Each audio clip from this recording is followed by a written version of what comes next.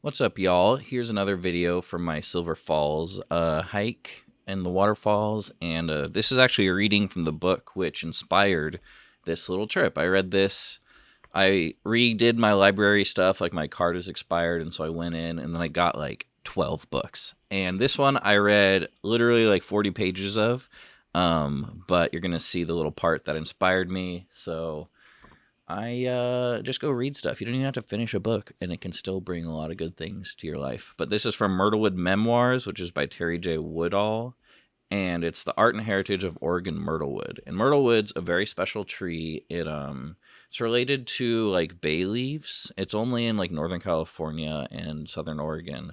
I went to church camp in Southern Oregon. Riley actually did too, and they had myrtlewood groves there, and it was like they smell so amazing. I still have some myrtlewood leaves, but I really like this little snippet from the book, which is Monumental Myrtlewood Furnishings.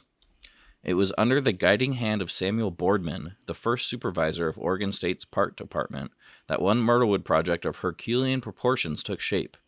Boardman, who took the position in 1929, became inspired by the rustic furniture of Timberline Lodge on Mount Hood about the same time that the two enormous myrtle logs were gifted to him on the southernmost area of the Oregon coast. Boardman had just opened a new lodge at Silver Falls State Park, which lies in the Cascade Range Mountains east of Salem, the capital city of Oregon. Since he had acquired the land and established this jewel of a park, Boardman envisioned the use of myrtle logs to help furnish the lodge in a rustic style similar to Timberline's furnishing. Linking all of his inspirations together, he aggressively pursued his new pet project. Boardman sought the advice of local myrtlewood crofters and proceeded with the plan for the tables, chairs, and benches to grace the newly constructed lodge. He also enlisted Marjorie Hoffman of the Oregon Arts Project to design the furniture and provide the dimensions and details for construction. Hoffman was the designer of the furnishings at Timberline Lodge, which had first caught the attention of the park's chief. On the roadless side of the Chetco River, 7 miles inland from the town of Brookings, lay the two logs of 5-foot diameter and fully 40-foot lengths. What to do with this challenging situation?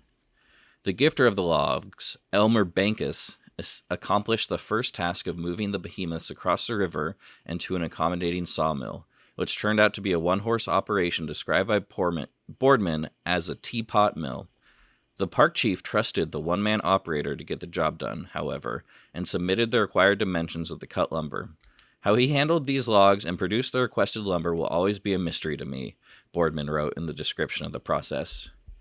The end result of prime myrtlewood planks and boards supplied the lodge with 25 tables, 82 chairs, 11 fireplace benches, and a large dining room bureau.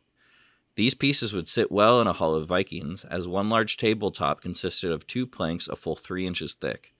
The benches and chairs that complemented the tables were of a similar heavy construction. According to a description of this myrtlewood venture by the Oregon Parks and Rec Department, the green and raw cut lumber weighed 18,000 pounds before it entered experimental dry kilns at Oregon State College, now known as Oregon State University, and 8,000 pounds at the end of the drying procedure. That's a lot of moisture content. It took a full year after the lumber had been moved by trucks to a Works Progress Administration shop in Portland before workers transformed it into the impressive furniture still used at the lodge. The Silver Falls timeline began with this establishment of the Silver Falls State Park in 1933, the building of its lodge in 1940, and the lodge furniture completed and installed by 1945. And an interesting side note on a darker version of carving, Boardman put forth the idea of a carving unit at Silver Falls as an educational deterrent to people's tendencies to carve on picnic tables, trees, and other park properties. Starting with carved initials and on to the trysting tree, these most blatant expressions of our identities have always been with us. Think of those handprints etched on Stone Age cave walls that cry out, "I was here." The planned enclosed carving unit would eliminate unlimited graffiti-like activities on designated wood structures. Perhaps in the back of his mind, the park supervisor did not want to see his valuable myrtlewood furniture damaged in the future.